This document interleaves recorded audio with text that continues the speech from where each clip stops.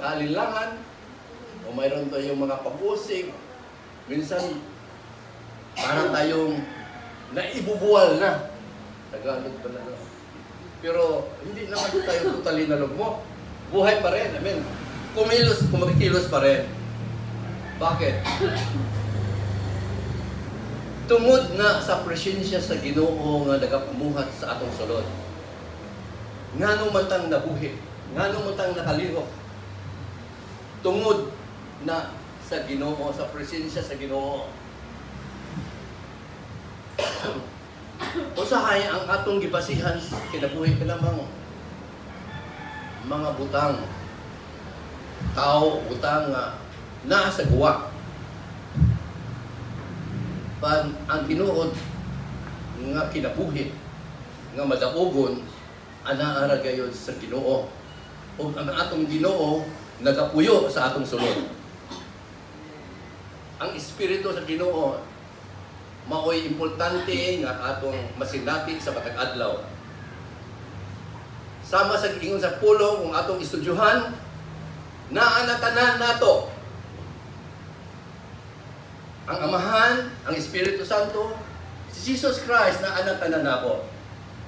Kinahanglan lang nato nga we will be more conscious day by day. Our awareness, what we can do nga sa matag usa kanaton is that let us help each other expand that awareness of the presence of God inside, who can help us. That's all.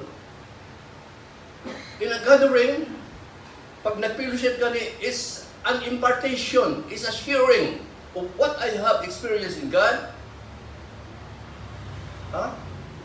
May bahagi. What you experience with God in your life, you give it to me. I take it. You know, ganun ang prinsipyo. Ganun ang prinsipyo. We are not doing it physically, but that's what's happening in the Spirit. We are connected in the Spirit. What you have, what you are spiritually, it will flow to your seatmates, to your co-brothers. That's the essence of the body of Christ. We do not base our life on the things physically, but in the Spirit. The words that Jesus is speaking, the benefits that David is declaring, they are actually promises in the Bible.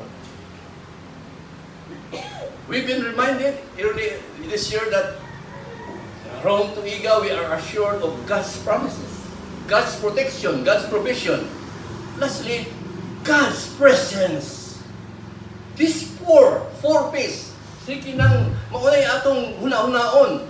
Our awareness should be increasing, talking about provision, protection, presence, promises. That's our focus, not the problem. The whole earth, the earth is going to be in darkness, but we will just arise and shine because the light has come. Do you have the light coming to you? Do you have already the light? We are already the light. The light that the light that the devil speaks about is the light of Jesus that is in you.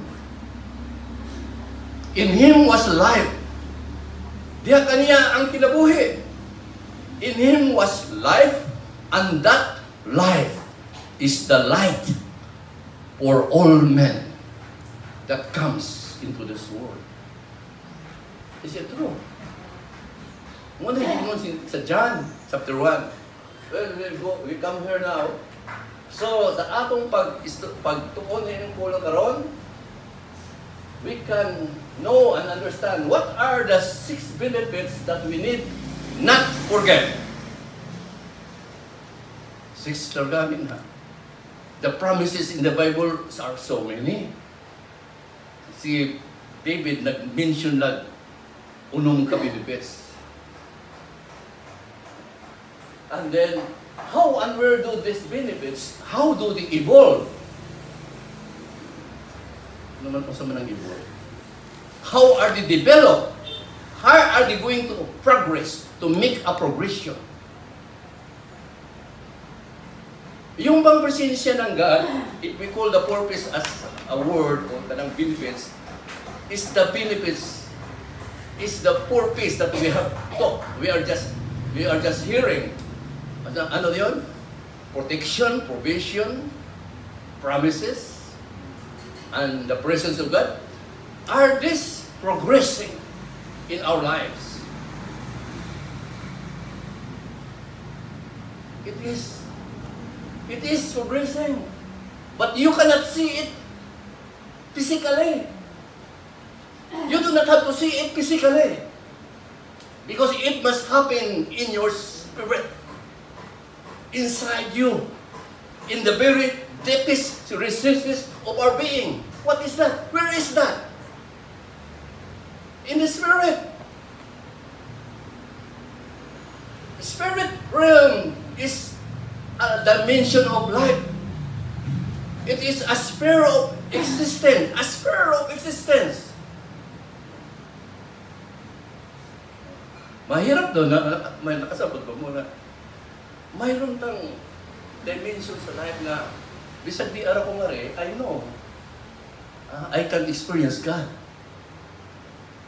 Bisag na ako sa akong makakaaway I should say na mga tao sa palibot, mga ayaw na ako, but I could still experience the full face of God. Presence, promises. That must grow. That must be we are aware of. Kung hindi, unsang klaseng kinabuhi nga atong nakatunang din sa kalibutan. How many years do we need to learn? Learning does not stop. Because the working of God, the stretching forth of God, of His hand, is continuous. The Lord is expanding the universe. The Lord, as He expands the universe, He holds the earth. And then He formed the spirit of man within Himself. Can you tackle that? Can you comprehend that? A God who is so powerful is working. If He's working the universe, He can stretch forth the universe. How easy it would be to hold you, to take control of you, to take control of us. Napakadali, no? Kaya nga, lami kayo ng iampo. Lord, salamat kay isa kong saon na po, Lord. Hawak mo na ang akong kinabuhi. Hawak mo ang akong magkilos. Hawak mo ang aking buong pagkatao. Do you have that attitude?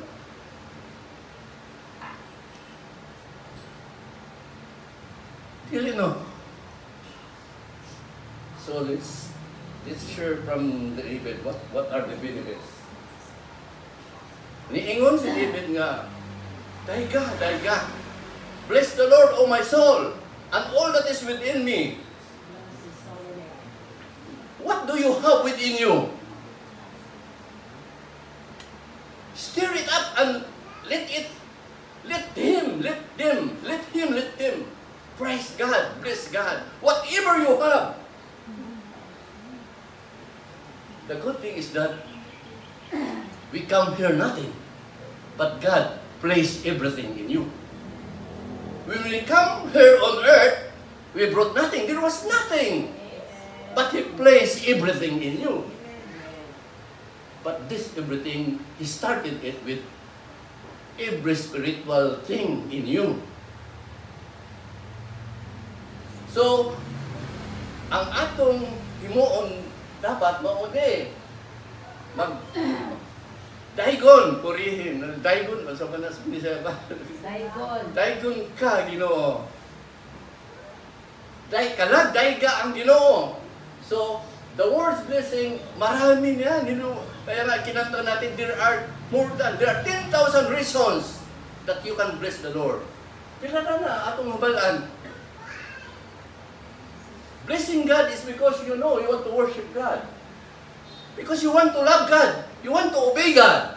You want to adore God. You want to consecrate yourself to God. You want to be reverence with God. You want to dedicate yourself to God. You want to be sanctified. But all these things is going to happen. All these things is happening in our spirit. Why? The Word of God in Genesis 1:27 had never been changed. That God created us in His own image. Let us make man in our own image, and let them have dominion over the other creations of the earth. Genesis 1:27 or chapter 1 verse 26. So it has never changed. What has changed is your mind. The problem nga, may mga problema outside, listen to kay the problem is in your mind. You keep on holding the negative mind, the darkened mind.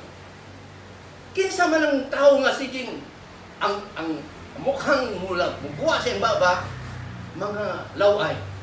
Those are the people with a darkened mind. The problema doon, ang iyang kalag, may problema. Dili siya kadahig. Kalag consists of your mind, your emotion, your will. Maunang kalag. May problema ang kalag, dili na mo mahimo ang pagdahig sa Ginoo. Ang imong dahigon ang diablo.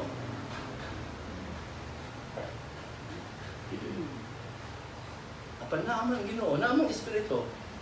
Whoever gets the soul will also gets the body. Ang imong atong lawas, musunod naman kung unsay imong kalag. Luwas na ba ang imong kalag? Ang atong kalag nahiusan na ba sa Ginoo? Nga dili na gyud dili na magbulat. The Bible declares that. If the Spirit of Christ is in you, you can never be separated from Christ. Anybody who do not have the Spirit of Christ do not belong to Him. Do you have the Spirit of Christ? Amen. Then we belong to Christ. And if you belong to Christ, you are declared to be Abraham's seed. What do you mean by you? So, the promises, the benefits that we are studying is going to be for the seed. It's for the seed of Abraham, but not to you. But yet, we are the seed because we belong to Christ. Anybody belonging to Christ, they are considered belonging to the seed of Abraham. So, okay, what I mean to say, the seed of Abraham is not your physical, is not your flesh and blood being. The seed is intended to your spirit inside you. It's placed there. Every benefit, every promises is placed in your spirit. That's why we need to grow spiritually. If you are not spiritually mature, you are not worthy to have the benefits, to have the promises. Because why? You will become an opposite. You will be a rebel. You will be fighting against God. Did you know that? If you take the promises into your body, flesh and blood, then you become an enemy of God. Why? A carnal mind is enmity with God. Did you know that? Romans chapter 8. Carnal mind and your body and flesh being are one. Carnal mind get his source from the knowledge of good and evil. Who is behind the tree of knowledge of good and evil? Who? The devil. And if all your life you are connected only to the knowledge of good and evil, wherein the whole universe, the whole world is trying to promote. I'm not telling you it's bad to know them. We know them, but we are not following them. Because the system in the world is basically based on the knowledge of good and evil. What do you mean by that? They are based on the carnal, material, flesh system of the flesh of the world. To be carnally minded is death. But to be spiritually minded is life and peace. A carnal mind with ang taong carnal, the carnal ko yung hula-hula, is enmity against God. Kaaway sa Ginoo. He is not subject to the law of God. He cannot be. Neither he cannot be.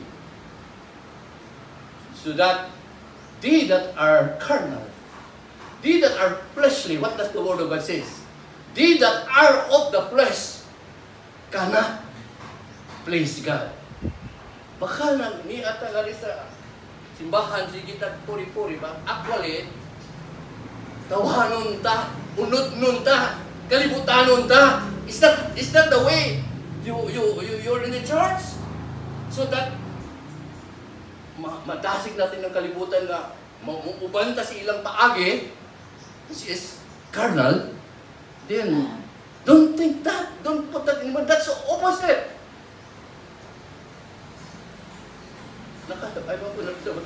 Parang ako raman ang gialahin ng atong kinabuhi ron nga ano man yung daghang problema, wag ihaboy solusyon. Ang solusyon na sa Biblia na. So the benefits, taruhin natin niya, lingon si Moniking, kaning benefits, inhanglan siyang makupol, matuparan na aning usa ka pulong. Ingon ni John, kinipita mo, you want to desire to bless the Lord, to love the Lord, to worship the Lord. This means, in your heart, you really want to love God. And the Word of God says, if you love God, you will obey His commands. And God will say that, kaning anak ko, musunod ko din ako. So, Jesus said, I will pray to the Father, and He will give you another comforter, a helper. God is giving us a helper. Do you know that helper? To help you and be with you forever. He did not go out, he did not come out. Ang ato nang huna-huna o say wala. But He will not. The truth says He will not. The Spirit of truth. The Spirit of truth is the same as the Spirit of Christ, the Spirit of God, the Spirit of grace, the Spirit of glory, the Spirit of wisdom, the Spirit of understanding, the Spirit of power, of love, and so on. Maunay giingon, the Spirit of truth, they help us sa atong pagdaig. So, importante, di ba? Basig ang atong pagdaig, tawhanon na yun, di ka nagisunod. Usahay, musangko na siguro na sa hangin, sa panganod. Kaya, gikan man sa unod. Ang pagkain, gikan sa Espiritu. So, the world cannot accept the Spirit of truth.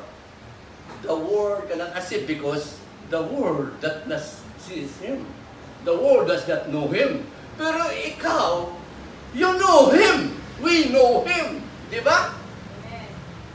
Lain kayo na Kristyano ka, pero dugay na itong nag-Kristyano, pero kanang ubang mga silingan, kanang ubang atong tao dito, di makakigla. Dili, klaro ba? Kristyano ba na? Luway kayo lang, parang, kasi na, kulang na tayo niya. We should know, we should emphasize ourselves, na atong pag-being Christian, there must be a progression. There must be a maturity. Maturity. Kaya kung wala, di man mo ma-express ng word. Ang pulong kayo, di mo mapadayan. Di na mo mapadayan. Kaya kulang sa pagtubo. But we have the help of the Holy Spirit. We know Him because He lives with you and shall be in you. Now, this is our start. Where is the Spirit now? If this is you, your Spirit and the Holy Spirit. When you see He is living with you, so tungan mo, gana mo. Lakaw mo, duha mo. Kung ganyan silang duha, di sa akong lawas, so yung duha, tupad sila. Pero, ang intention ng pagpuyo sa Espiritu din nila to, na ang Espiritu sa Ginoo musulod sa imong Espiritu, aron ang imong Espiritu o ang Espiritu ni Kristo, hiusa na. Kinahanglan ng mahitabo. Kundi, di ara ka sa lower level. Kay masali man ka, wa man sa imong hula nga, usa na ang imong Espiritu o ang Espiritu Ginoo. Kay gusto ba ninyong himuon ang imong gusto? Gusto nimo makita ka, dili na si Kristo. Are you that mature? Nga paglakaw na ko, ang nakita nila na ko, si Kristo. Maunay tumong sa Ginoo. Siguro si David, iyan yung ibasahin nga soul, simba, to align the Spirit in him and the Spirit of God. I believe, important ini. The world needs to see God. The world needs to know God. How? Through you. Kaya ang imong Espiritu o ang Espiritu Ginoo, nahiusa. Karon ang problema. Ngano mang di nahiusa?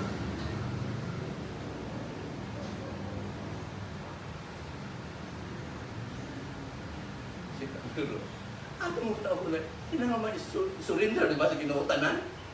Muna matagpuan. Tikaway magalita sa atong igsunan, inbana asawa, maglalis magalika.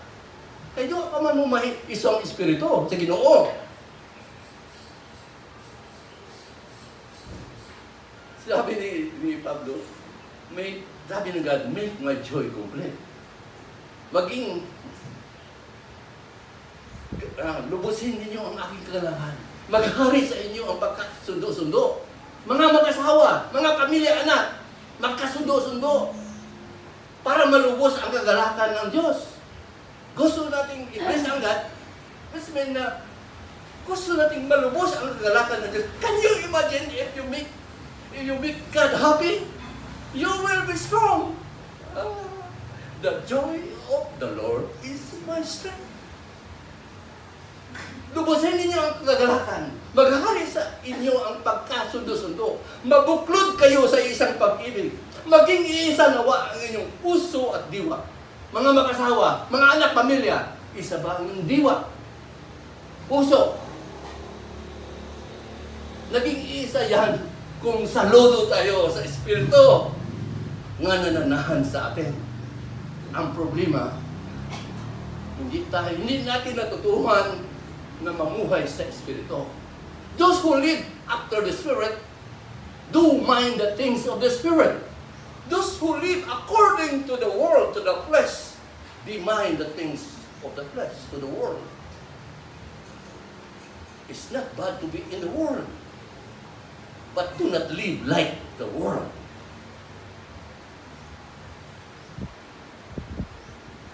Ay, kahilo man. So the verse that in Psalm 23, as David calls upon his soul to praise the Lord wholeheartedly because of the benefits God can bestow. He is cautious not to be thankless or just casual about the things God has done for him. Why did David emphasize the soul and all that is within him as important factors to bless God? Maaring si David, misalig siya sa iyang strength. Ang iyang kalag, wa pa ma-align sa Espiritu, sa Ginoo. Mano na, kailangan mo ma-align ang atong kalag sa gusto sa Espiritu. Kaya nga, ingon na to, kung Kristiyan nakakuha sa imong kalag, musunod na ng imong lawas. Kay nakuha man sa Espiritu Santo imong kalag, wala na problema nga magpuri sa Ginoo.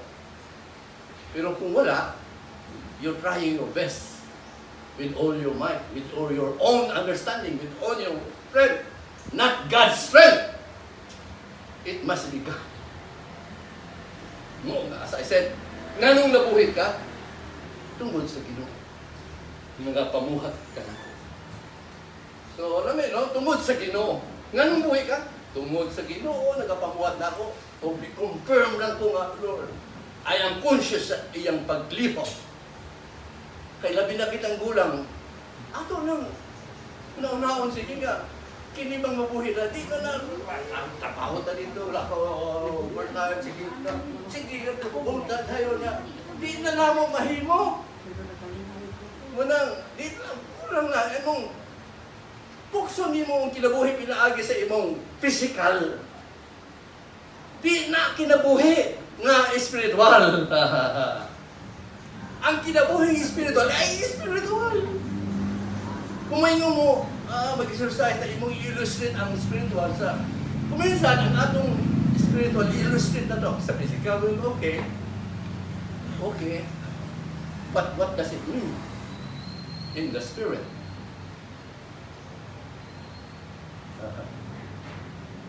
Nakuha na imong gusto sa lawas, what does it mean in the spirit? You do not end there. When through your serving, worshiping God, God bring everything to you and your flesh, you enjoy, and then do not stop there.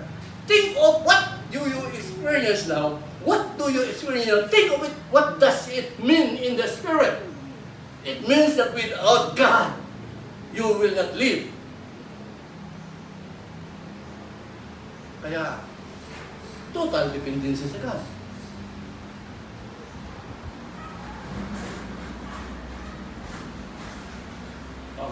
Puri-puri, magpuri-puri tayo, ha? Di man yun po, kasi ang imura ng place na puri, it did not actually comes from your spirit. And Jesus said, people speak and honor me with their lips, but their hearts are away from me. Money na mayroon. So without the Spirit of truth, we cannot bless God. The check-in of man is to glorify God and to enjoy Him forever. And ultimately, that is our expression of worship. Kanang mag-bless ta sa God, we worship Him.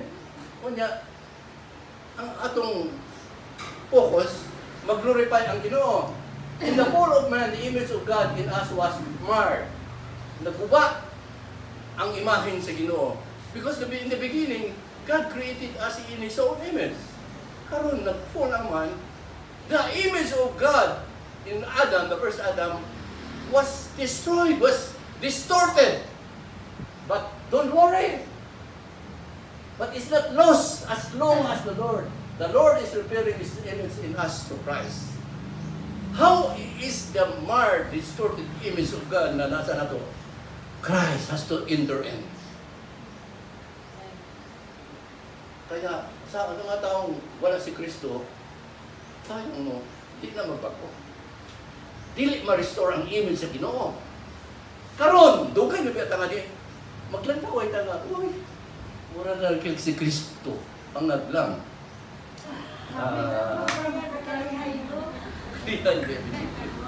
Mura na si Kristo, ang una kasing tanaw ni mo, ang kasing ayaw ng uwa. Deceitful ba yan ng uwa?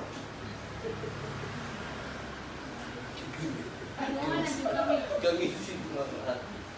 So, as the Lord repairing His image in us through Christ, our original call to reflect God's grace and glory to creation is restored. Nakita po na nato ron, it's gonna restore, it's gonna renew our continence. And we are tasked to roll, to labor, to create art, do many things, many other things, so that the grace and the glory of the Lord may be reflected in us. Sige lang. Siguro pangan pa yan. Pero magpadayon ka dahil. Malami sa kwan, ang kinuunang bahala dyan, di ba yun napapugos na mag-patintis? Supper. This is the real me, no fake at all. So, as we serve God and seek to honor Him, where He has called us to work, we show His grace and glory to the world.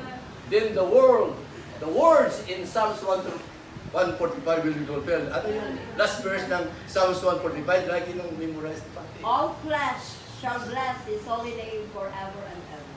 So, ilagay natin sa ating una-una nga, ang ating mga ministry, abot gayon nga, tanang katawhan, flesh, humanity, will bless the Lord forever and ever. Mao man nila may bulaton, dili man ang magkupya-kupya ka sa mga artista, sunod-sunod sa artista, purihin ka sa tao, di na mao ang stars forever and ever. Kung mukupya ka din ng mga bata ron, gahay-gayayan ng mga panandalian lang yun. Uso-uso lang yun. But there are stars that God is calling among us, who will be stars forever and ever. So, ato niya nang malaman.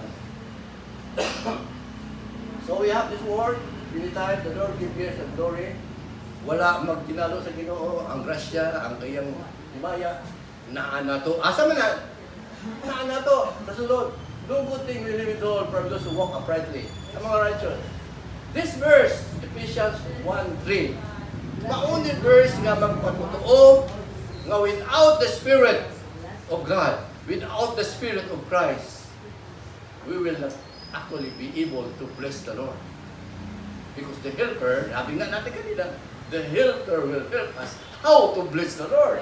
And so good God that He said, blessed be God and the Father of our Lord Jesus Christ, because He has blessed us with all spiritual blessings in the heavenly places in Christ. Again, remember, where did He put the spiritual blessings? In your spirit.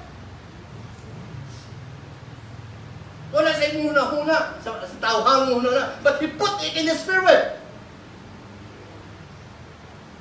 Di na kami hinambog kay Ginoo ka butang diha. Di na nga imong gipaninguha. He is already given. Given na, di ba? Oh? Wa pa tamatao. Gibutang na, natao na tadi. Dawata. Kigingon sa pulong, wa pa ta kapatao na nanay pulong, ngano natao na ta. Di dawata. I-operate, i-activate imong spirito aron na sinati niya, oh, tinuod di ay. Pulong nga nang tanang tawhanon por tawhanon eh. Ang tao sa tawhanon nabuhi at tawhanon ng mga paagi. Physical 5 senses mo na iyang basihan. Pero kita, naatay kinabuhi, mas labaw niya. Aywan ko kung exercise na natong kinabuhi. Muna angay, i-turn on and i-operate sa panahon nga ron. Hilo man. O sige, salamat sa Ginoo. Hindi sila, about the benefits. Unong ra gani ni ka-promise or benefits nga gibas ni siguro kinahanglan na ako ni ron kay gulang ito. Gulang na. Gilang na kayo na ako ni. Kamu diya.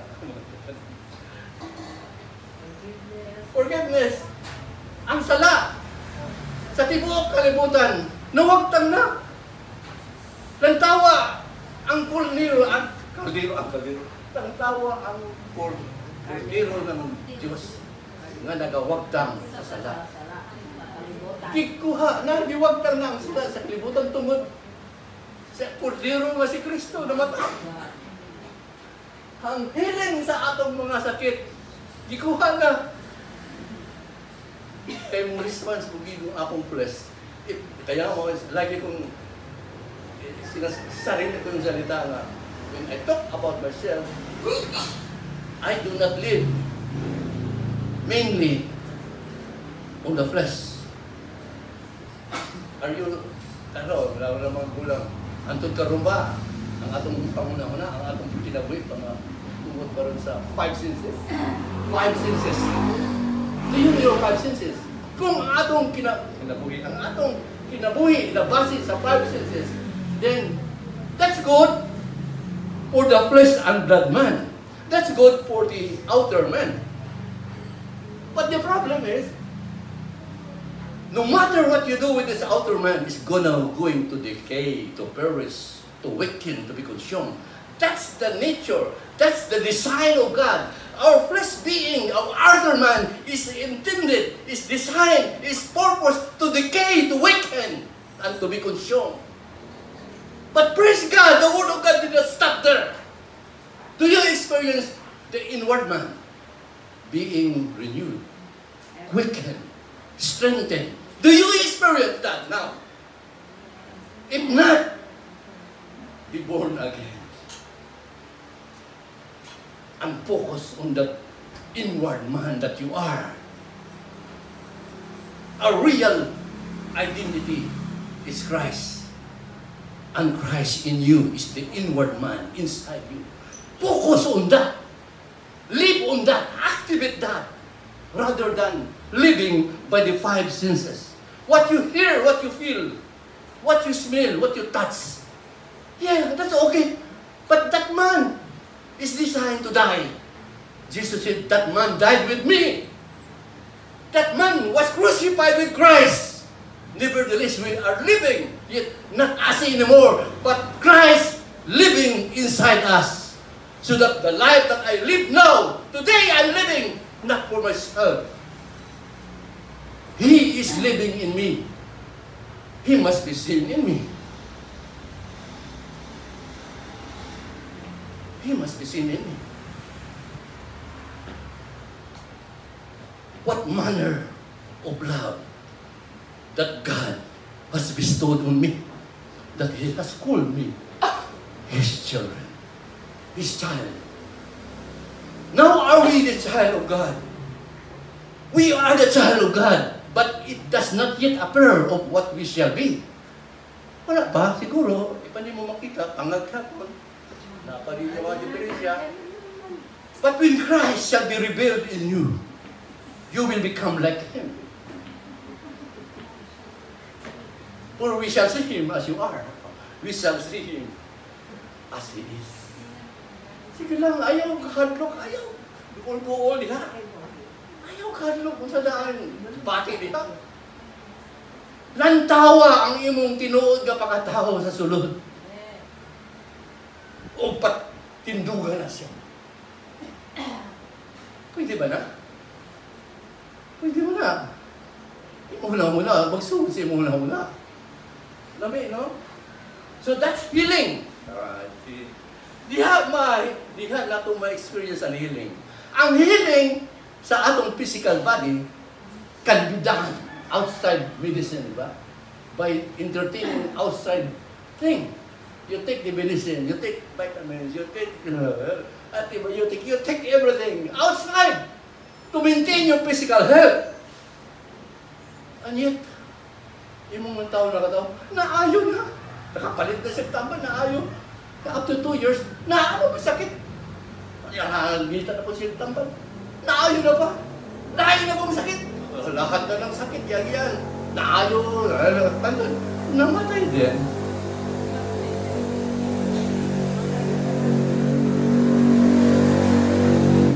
And that's the nature of the outer man. He has to die. O lamig kayo, may nalingon ka, dust to dust. Okay man. But we miss the promise of God that not to die. Did you read the Word of God that He promised you not to die? Have you read it? Are you sure? Yun na. If we are ignorant about it, then we will just die. But if you are not ignorant, and Lord, alam mo, putang din na po na, no sin, no death, no condemnation, no, only you. So, sige na, sa ato na ng banda, sa atong level sa atong pagtuo. If you live, you really live, I'm not telling you will not. there is a generation coming who would be that kind of mind, that the mind of Christ. So, healing, di ba? Pwede na healing. So, what I'm driving here when Jesus said, He was wounded because of our transgression. He was bruised because of our iniquities. The chastisement for our peace was upon Him. By His stripes, we were healed. No, listen sabto, no? Wa ka ba tao? Ayaw ka na! Pero karong natao ka, maybe you inherit the nature of the old man. You still carry the nature of Adam. Adam, the first Adam, cannot obey God. The first Adam is gonna be sick, weak. Hindi lang ganun, ang bugiro pa. He likes lust of the eyes, lust of the flesh. He likes to be exalted. Moral seed. Serapin po na, I will raise my throne. I will ascend. Ang tao ko ito mo siya naman. Kasi Jesus, di siya anak. Di siya opposite ni Jesus, di ba? Healing, which I mean, should come. Healing can come from outside, but that cure is temporal. As I said a while ago, naayon na, ugma suntuik, naalapot, naayon na. So, the healing, not talaga healing. The real healing comes from Jesus. It comes now through the working of the Spirit inside us. The healing comes when what is in your spirit, you let it flow into your soul, into your mind, then the body will what? Will get healed because of the working of the Spirit inside you. The healing that comes inside you needs to be exercised. Okay na ba? Nagita pa tag-solusyon sa mga sakit. Para na ko, I would be mindful for that. I will be more conscious of that. I do not say na I do not take medicine, herb, or whatever outside. I take, but my main thought about healing comes from God. Comes from the Spirit of God. Is it possible or not? Possible, good. What about big kapalit? Ikatulong promise, ikatulong benefit, saving us from destruction. Salvation, di ba? Redemption, salvation. Is that a talk about going to heaven, escape hell?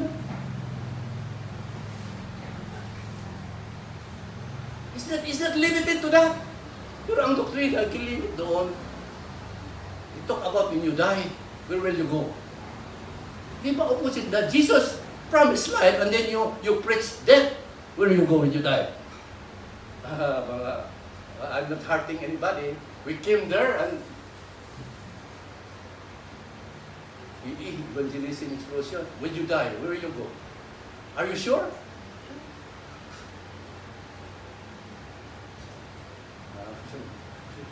So, saving from destruction is very necessary to be experienced now.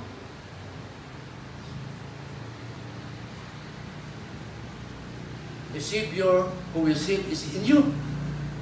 The Redeemer who will redeem you is in you.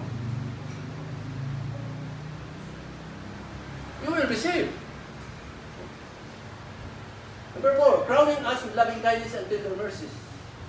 He talked about the character and the nature, the substance, the life of Christ. When the life, the nature, the character of Christ, naan nato, dato ka ana, you will be crowned.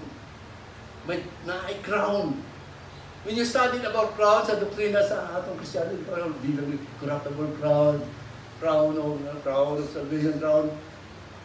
Si David na ay crown of loving kindness and tender mercies. Yung crown, kung ang degree ng katangian ni Kristo na mo, you will be crowned. What did it say? You pray for it. What do you pray to get the crown? I pray that the love of God will abound more in knowledge, more in judgment, more in the depth of insight, so that we can approve of things that are excellent, so that we become sincere, without offense, being filled with the fruit of righteousness by Christ Jesus. Ipanalangin yan nga ang pag-ibig sa Ginoo nga butang sa atong kasing-kasing pinaagi sa Espiritu Santo mutubo. Unsa ang pagtubo? Unsa ang pagkahibalo nga ang Ginoo, ang gugma nga gitisok niya di katubo? Ayaw suko. Daghang ka problema, ayaw suko. Mailhan ko na ang gugma nga gibutang sa Ginoo mitubo. Kundi kung nisuko ka, awa na, wa katubo. Wa gyud. Pareho ra ka. Kumusta ka? Kumusta ko? Kumusta ka tayo? Pareho ra man. Sayang. Ibig sabihin, wala ka siguro yung problema. Happy-happy ra ka. I mean, happy? Happy ka? Tungod ka nakakaon nga, pero kung kulang ka sa quality sa pagkantos, do you really believe that the seed of love of God is inside you? How do you confirm that? The Bible says, yamang napagwalang sala tayo dahil sa ating pananalig kay Kristo, sa pamagitan niya, mayroon tayong kapanatagan sa harapan ng Diyos. Sa pamamagitan nga rin niya, tinatamasa natin ang kagandahan loob ng Diyos. At ikay nagagalak natin ang lahat ng mga paghihirap, mga pagbabata. You know, ang mga pagbabata na ating dinanas, nagbubunga ito ng pagtatyaga. Ang pagtatyaga ay nagbubunga ng what? Katatagan. Ang katatagan ay nagbubunga ng pag-asa, paglaom. Dili ka mapakyas sa imong gilauman. Nga naman. Ang sasunod, I'm quoting Romans 5:5. Romans 5:5 says, dili ka mapakyas sa imong gilauman kay ang gugma sa Ginoo naa sa imong kasing-kasing. Gibutang sa imong kasing-kasing, pinaagi sa Espiritu Santo. Naa ba? Na ang Espiritu Santo, di na ang gugma. Ayaw, dili gugma sa kalito. Dili gugma sa tawhanon. Dili gugma sa tawhanon. Dili gugma sa mga temporal na mga butang. Bago kong una-una, ang atong gugma, katong tapahaw tayo. Number 5, satisfies our desire with good things. Kung saan na, bakit? Psalm 45 verses 10. It satisfies our desire with good things. The Lord upholds all that falls. Tanan nagkayuko na diha. Will receive. And raises up all those who are bowed down. The eyes of all look upon Him as He give them their needs in due season. The Lord opened His hands and satisfy the desire of every living thing. Can you see? Ningon diya si David, I want to be satisfied. My desire is with good thing. I want to be satisfied. And God says, He opened His hand to satisfy that desire. Everyone, every living thing will be satisfied by the hands, the opening of the hands of God. Do you receive that? Imo yung pugso ng imong paagi, but God is giving it to you. Siguro, ano ba? Di ka mo tuos pulong Ginoo? Tinanong mo yung sakto ng pulong? Bago ka mo tuo o masabtan? Ang prinsipyo sa pagsagot, bisag dili ka mo tuo kung imong dawaton, bisag ka tuo sa unahan, masabtan na nimo. Mao ni prinsipyo sa Ginoo. If you receive my word and treasure my command within you,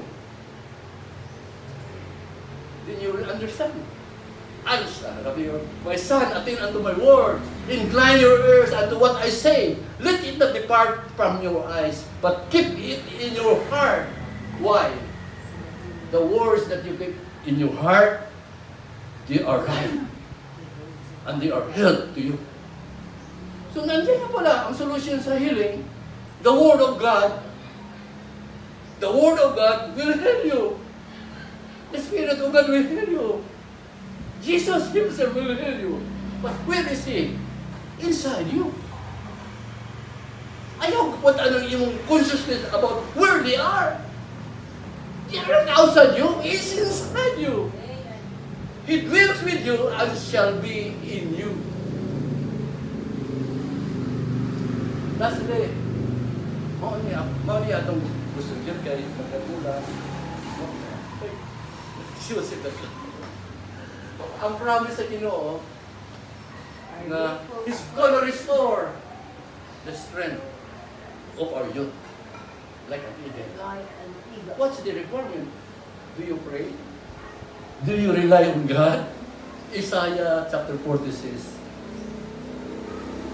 youth shall fall, young men shall stumble and fall. Youth shall get weary. Young man shall stumble and fall. But he who waits upon the Lord shall renew his strength. They shall mount up with wings like eagle. They shall run and not get worried. They shall walk and not faint. Lord, teach me that. Teach me to have that. That's what Isaiah 40 said. So, lamig tayo. Huwag ka lang doon kasi Ginoo. Ibalik na niya, i-restore niya ang strength. Ay, mga gulang. Ha? Magsama-sama tayo nga. At kanis sila. Tinood kami. Pero, we must experience it. The strength in the Spirit. Which means, we must spiritually mature. If we gonna be mature spiritually, we cannot experience this. These are benefits, but see to it na mature ka spiritually. Amen? Tapos ita, what the Bible says. So, what I wanted to show again is, lastly, the 6 benefits, or some reason, the promises of God, the concept of God, the ideas of God, inagdagan kayo na. Where are these ideas placed by God? In our spirit again. The promises inilagay ng Ginoo is located in a spiritual, dimension. Nasa sulod na to na ay a spirit area there na di ka gibutang. I don't know, I'm just trying to talagang masabtan ba? Gibutang niya diha. O kaning mga butang, kaning he illustrate in the Bible these areas, these locations. Ang mga illustration sa Ginoo about the presence of the benefits, makita niyo diha sa kaning walo na ang ipakita diha. If you know what is the treasure in the earthen vessel, do you read this word? The earthen vessel man ang ako lawas apan na treasure. So ang promise ng God, do as a treasure. Ang promise ng God si Jesus, who is the treasure of knowledge and wisdom. Naa sa sulod. Kaya be conscious of the presence of Jesus inside you. Because lahat niya gibutang sa Ginoo. That's one illustration. Another illustration, the new creation man. Where do you find the new creation man? If we study 2 Corinthians 5:16, 17, it says, ang people, ang mga very powerful dyan na atong hinumduman. 2 Corinthians 5:17. Who else? Sino ba ito na? Therefore, if anyone be in Christ, he is a new creation. The old is gone. The new has come. But therefore, what is required before? Yun, ang wala kabalo. Moingon naman ta, bago naman ko. Bago nila lang na ako, I'm now a new creation man before. Kaya lang, dali man sa ko. Na ay makaawayon sa ko dahil. Ano, anak a new creation man. That does not qualify you that you are a new creation man. Kaya imong kinabuhi na base gapon sa tawhanon nga kinabuhi. Bantay niyo na. Ayaw ingay, ay pasaga na bago na agin na siya, new creation na, pero lantawaw imong kinabuhi. Tawhanon gihapon, unod ng gihapon, kalibutan ng gihapon, do not claim that word. You are not worthy to be called a new creation man. Ano naman, niingon ang verse 16, from now on, do not regard anybody according to the flesh. Ayaw ang tao, ini si katao, basihan sa kalibutan. Look at a person according to the Spirit, not to the flesh. Even though we have known Jesus Christ after the flesh, Paul says, now, I do not regard Christ according to the flesh. Why? Do not put confidence on the flesh. And then, you talk about yourself, Christian, new Christian. No!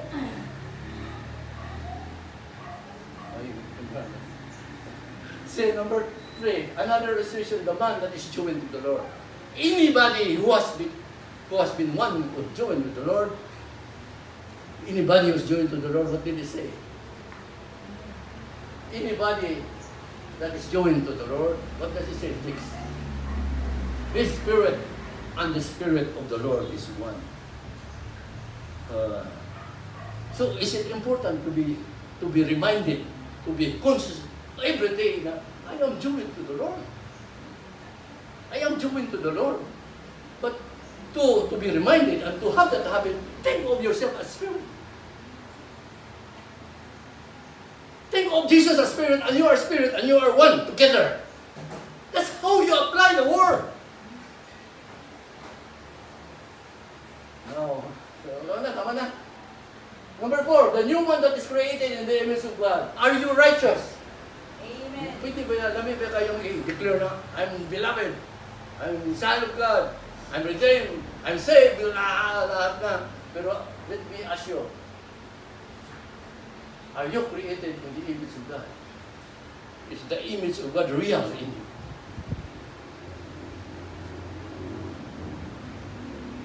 Ang prinsipyo dyan, ingon si Pablo, put on. Put off the old man that grows corrupt. Put on the new man. Put on the new man because that new man is created in the image of God in true righteousness and holiness. You have a man inside you that is already righteous and holy. Not you. Not your own self. Your own self, your own Adamic nature can never be holy. But Christ inside you will make you holy and righteous. He will make you holy and righteous because you're conscious. You and Christ already one. Sama na ni kayo sa da. Then continue in the Spirit. See, the Word of God are in the Spirit. Sila may, no? Naming sa ta. Matarong ba yan? Kung di ka matarong, pero ganun imong awareness, mahimo kang matarong sa unahan. Kaya na imong balingkamot. God, put it there. You just put it on. The robe of righteousness, just put it on. Do you desire to be clothed? Amen. Hubo. Ay init mo. Number 5, spiritual man that understand, receive the things of God. Kani, familiar ka ninyo, di ba? Do you know can you distinguish what belongs to the Spirit and what belongs to the flesh? What belongs to the spiritual and to the natural? The Word of God says. Because of the Word of God, it will tell you what belongs to the flesh. It is the Word of God. It's the Spirit of God that will help you.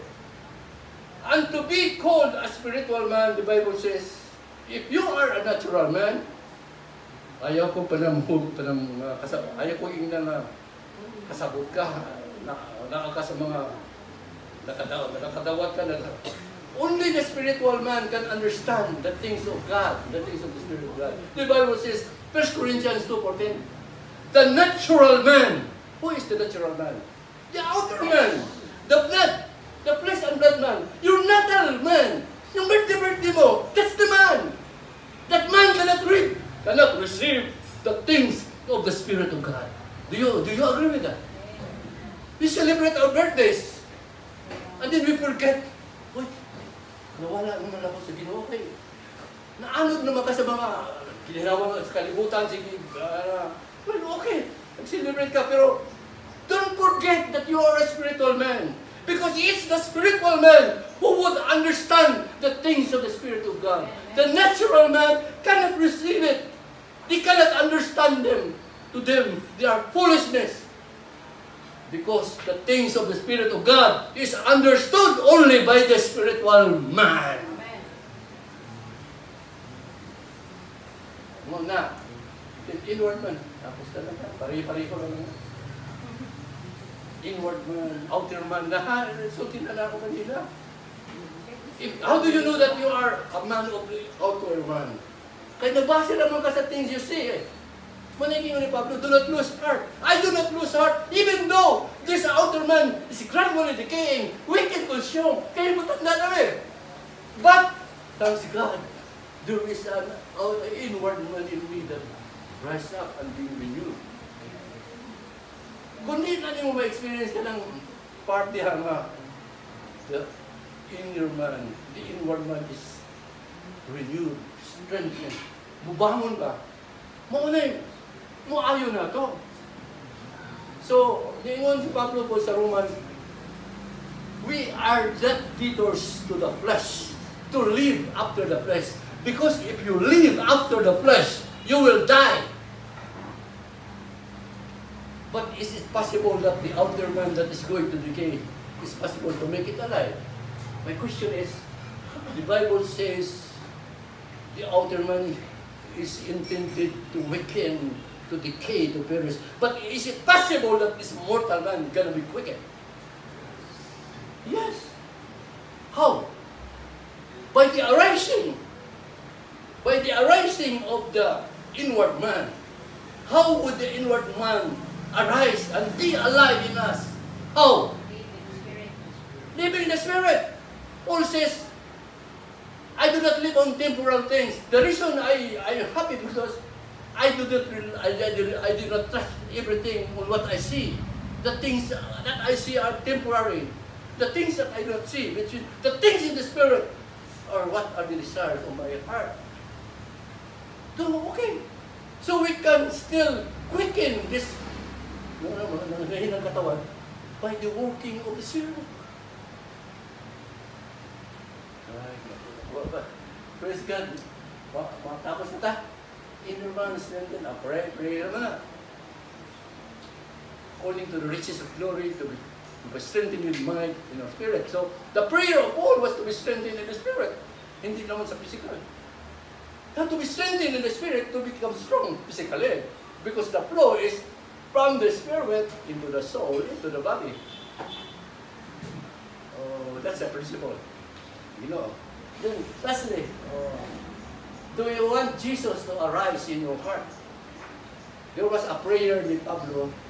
I pray and travel with all my heart. Ang akong travel patulad ng isang babae na manganganak. I groan and travel. Why? Until Christ shall be formed in you. The prayer of Paul na tayong lahat magiging ganap diyan kay Kristo. That's a prayer. So, when Christ naging ganap, anong matabo? Matindog na siya ni mo, makita siya diyan ni mo. And another way of seeing that, niingon si Pedro, kaya naman ay lalong tumitibay ang aking pananampalataya. Lalong tumitibay ang aking pananalig sa Panginoon dahil sa mga sinalita ng mga propeta. So the word of the prophet confirmed him. Surely it confirmed yung mga word of the prophet. Nagpapalakas sa kanya. Ang ingon siya nga, katong sinalita ng mga propeta, kasing tulad ito ng ilaw sa kalgit-ngit na tumatanglaw sa atin hanggang mamanaag ang araw ng Panginoon at ang sinag ng tala sa umaga ay maglagos sa ating mga puso. Maglagos sa ating mga puso. Ang mga Tagalog, what does it mean? That Jesus, the morning star, is gonna arise from my heart. Uy, kalami, alam, mabay na po. Makita niyo mas Kristo, galakaw-lakaw niya. Nakita siya diri nito, atong tanan. Matao. Pangako na ng Panginoon na I'm just illustrating how the benefits, the promises of God is gonna evolve. How it's gonna evolve. How it's gonna be developed. How it's gonna progress. These are illustrations. Okay ba? Amen. Yeah. Tapos na, manalangin na ta. Ay, gutom na si Papi. Siya gutom na. Laging ako. Grabe lang, kadi ba mo reklamo nito? Okay lang. Tapos na dito pa na tao. Tayo. Tumas na.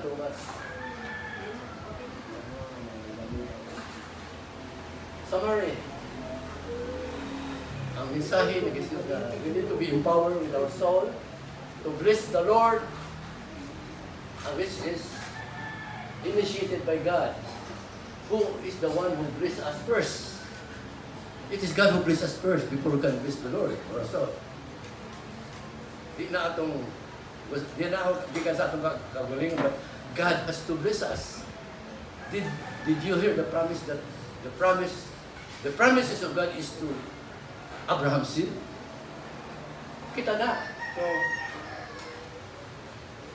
si Abraham, nakita ni Abraham, kaya we are beneficiary of the promises of God. And these promises, this act of God, He did it by saying, the blessing that I started you to accept is our spiritual blessing. Spiritual blessings in the heavenly places. Which means, kining mga panalangin na akong ihatag ninyo po sa tanan, para kini sa inyong espiritu. Muna yung una-una to, kay una-una tag-blessing, katuman tayong palagong sa matagaan. It's also a blessing, but lower kind of blessing. The ultimate, great blessings are spiritual blessings. Understood, ha? Kaya, usban ng atong una-una. Kaya nga, magpadayon sa pulong kay spiritual blessing na. Muna'y focus, muna'y focus na to. This blessing in our spirit is imparted to our soul. Then the blessings and the 6 benefits flow into the body. As long as we line up our identity with that which is humanistic, carnal, worldly, and fleshly, we cannot experience these benefits.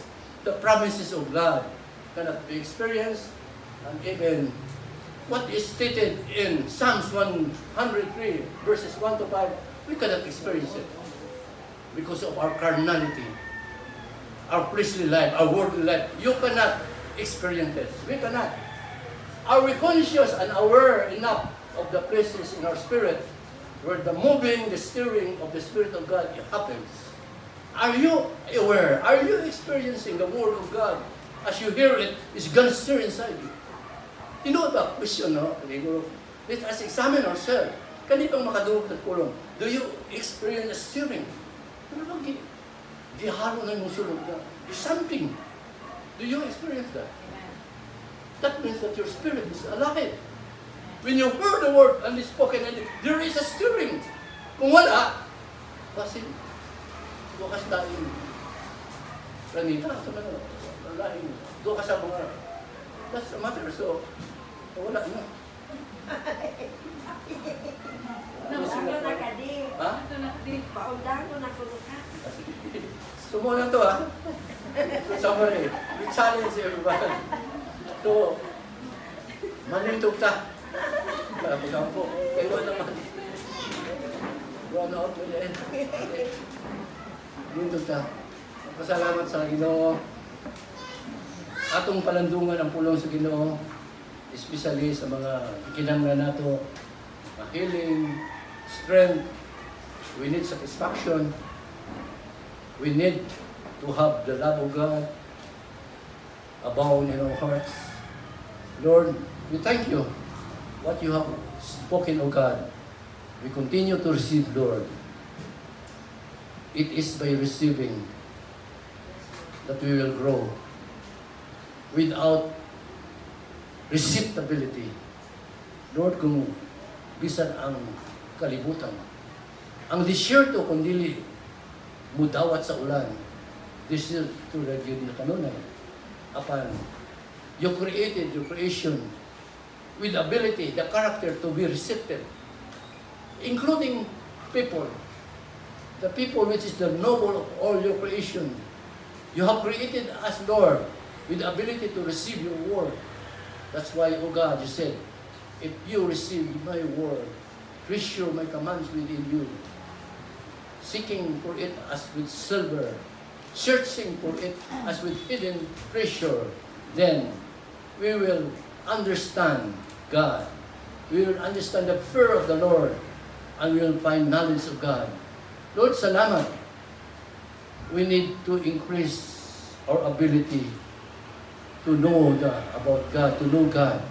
Lord, salamat na bisan do sa mga niaging panahon, imong gi-emphasize, Lord, na ang importansya to be close to you, to be intimate with you. Lord, this is really true. That first of all, this happens in the Spirit. Because what belongs to the Spirit is Spirit. And you are a Spirit being.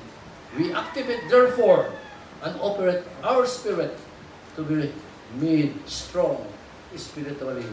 And that, Lord, we could just eat every word that you have spoken. And thank you, Lord. Even Jesus said, it is your Spirit that can quicken. Our flesh profits nothing. The words that I have spoken, Jesus said, they are spirit and they are life. Lord, what we need in this present times is life. And life, the source of life, is no other than you. Jesus is the way, the truth, and the life. Jesus himself is the tree of life. Lord, help us to connect with that tree, that what we will receive is only life, the life of God, the nature of God, the character of God, the substance of God, the essence of God. Lord, let it be ours. Oh God, it's your design for us to have it. And thank you, Lord, we shall receive it day by day, year by year. And that what we have received, we can just express it. Thank you, Jesus. Lord, we bless you, we honor you, as we ask and pray all these things. In Jesus' name, Amen. Amen. Amen. Let's raise up our hands for the benediction. And now, unto him who is able to do exceedingly, abundantly, above all that we would ask or imagine, according to the power that